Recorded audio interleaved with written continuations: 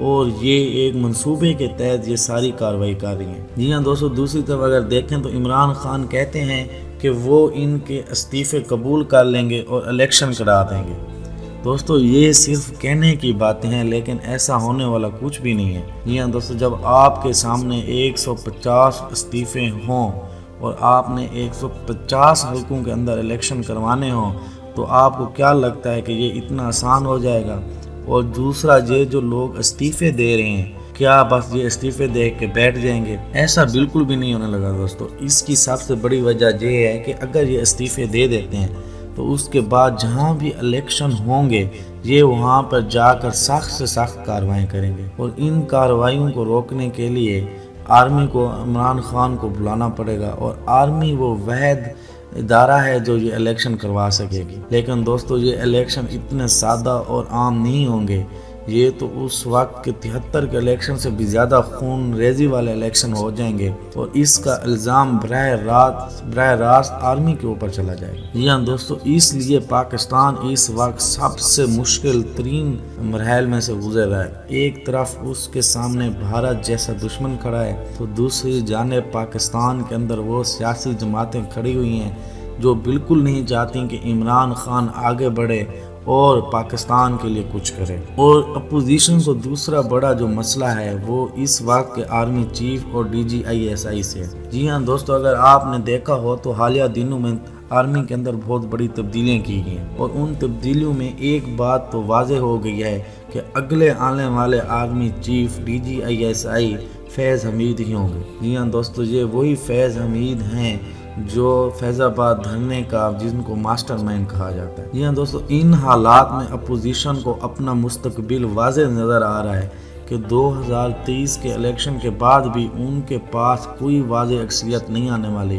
اور اگلے 5 سال بھی عمران خان کو ہی ملیں گے۔ تو ان حالات میں اگر دیکھا جائے تو اس وقت وزیر داخلہ شیخ رشید بہت اہم کردار ادا کر سکتے ہیں۔ ایک طرف وہ پوری انڈیا کو ایکسپوز کر سکتے ہیں، اور دوسرا ان کی مقبولیت بھی بہت زیادہ ہے دوستو، نہ صرف پاکستان کے اندر بلکہ بھارت کے اندر اور دوسرے ممالک میں بھی جہاں بھارتی اور پاکستان لوگ رہتے ہیں ان کے اندر شیخ رشید کی بہت زیادہ مقبولیت ہے۔ اس وجہ سے بھی شیخ رشید کی بات کو بہت زیادہ سنا جاتا ہے، اور اگر شیخ رشید انڈیا کا مقروض چہرہ دنیا کے سامنے دکھانا شروع کر دیں تو اس کی بہت زیادہ اہمیت ہوگی۔ جی ہاں دوستو، دوسری طرف ہم دیکھیں تو مولانا فضل الرحمان ہیں جن کا تعلق دینی جماعتوں کے ساتھ بہت زیادہ ہے۔ تو ایسے میں جیسے مثال مشہور ہے کہ لوہے کو لوہا ہی کاٹتا ہے، تو شیخ رشید بھی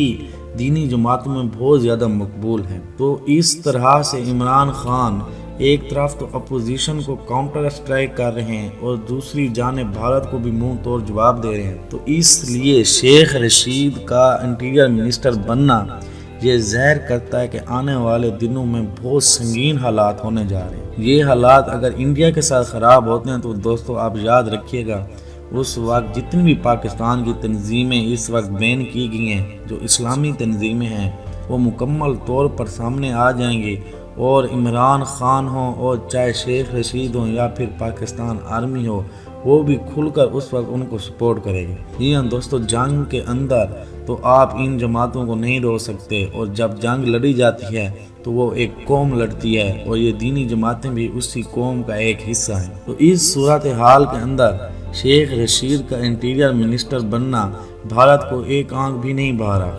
جی ہاں دوستو، اس وقت بھارت شدید دباؤ میں ہے، کیونکہ وہاں پہ جو کسان احتجاج کر رہے ہیں ان کا احتجاج بھی وسیع ہوتا جا رہا ہے، اور جیسے جیسے ان کا احتجاج وسیع ہوتا جا رہا ہے مودی کی گورنمنٹ بھی گھبراہٹ کا شکار ہوتی جا رہی ہے۔ ایسے میں کوئی بھی توقع کی جا سکتی ہے بھارت کی جانب سے کہ وہ پاکستان کے اندر کوئی دہشت گردی کروا سکتا ہے،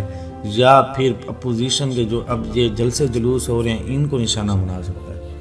جی ہاں دوستو، نیکٹا نے بھی اس حوالے سے رپورٹ شائع کی ہے کہ ہو سکتا ہے کہ اپوزیشن کے جلسوں اور جلوسوں کو نشانہ بنایا جائے اور کوئی بہت بڑی دہشت گردی کی واردات کی جائے۔ تو اس وقت پورے ملک کے اندر پاکستان آرمی ہو، کاؤنٹر ٹیررزم کے ڈپارٹمنٹ ہو، نیکٹا ہو، وہ تمام ادارے بہت ہی زیادہ فعال ہیں اور ایک ایک سرگرمی کے اوپر نظر رکھی جا رہی ہے،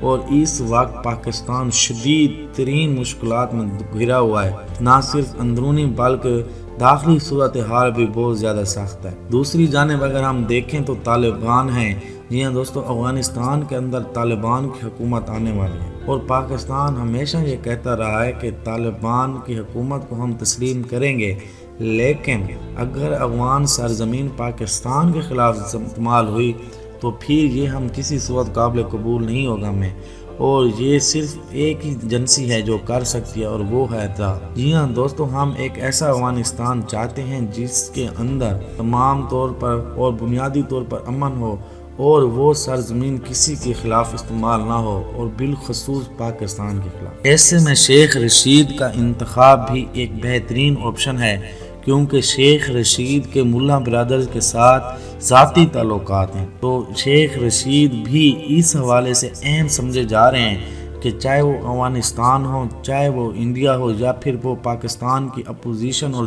دینی جماعتیں ہوں، شیخ رشید ان کو بہتر طریقے سے ہینڈل کر لیں گے، اور یہ پاکستان کے حق میں بہت ہی زیادہ بہترین ثابت ہوں گے۔